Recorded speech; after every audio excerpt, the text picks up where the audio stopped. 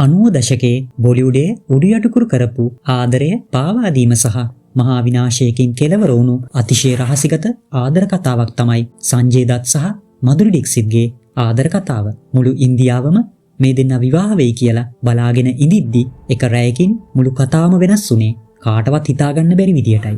අද සිනී රහස් තුලින් අපි හෙළි කරන්නේ සංජය දත් හිරගෙදර යද්දී මදුරි ඩික්සිත් ඔහුව දාලා පැනලා ගියේ ඇයි කියන සැබෑ රහසයි. මේ හැමදේම පටන් ගන්නේ සාජන් සහ කල්නායක වගේ සුපිරි චිත්‍රපට හරහායි. ඒ වෙනකොටත් සංජය දත් විවාහ වෙලයි හිටියේ. ඔහුගේ පළමු බිරිඳ වුණු රීචා ශර්මා පිළිකා රෝගයකට ඇමරිකාවේ ප්‍රතිකාර ගනිමින් සිටි අතරතුර ඉන්දියාවේදී සංජය සහ මදුරි අතර දැඩි ආදර සම්බන්ධතාවක් ගොඩ නැගුණා. මදුරිගේ අහිංසක හිනාවට සංජය සම්පූර්ණයෙන්ම වසඟ වෙලා හිටියා වගේම සංජයගේ තිබුණු රළු දඩබ්බර පෙනුමට මදුරිත් ආදරය කළා.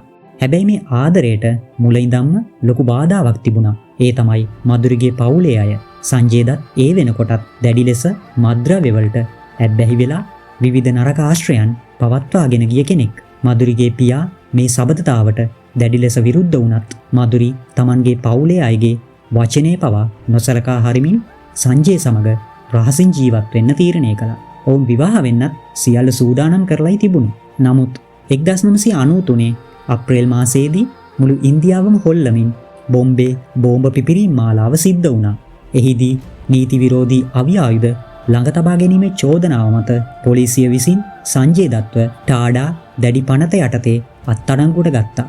සංජය දත් ත්‍රස්තවාදියෙකු ලෙස මුළු රටම හංවඩු ගසද්දී මදුරි ඩික්සිත් දැඩි ලෙස තැතිගැන්මකට ලක් වුණා. Tamanගේ කීර්ති නාමයට සහ සිනමා ජීවිතයට හානි වෙයි කියලා බය වුණු මදුරි එක රැයකින් සංජය සමග තිබුණු සියලු සබඳතා නතර කළා.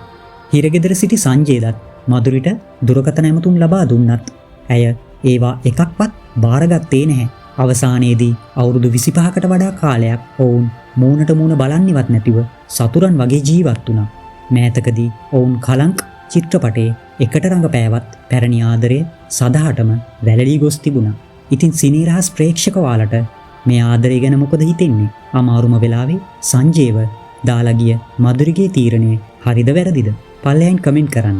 මේ වගේ තවත් රහස් තොරතුරු දැනගන්න සිනී රහස් channel එක subscribe කරලා තියාගන්න. ඔයාලා හැමෝටම සුබ දවසක්.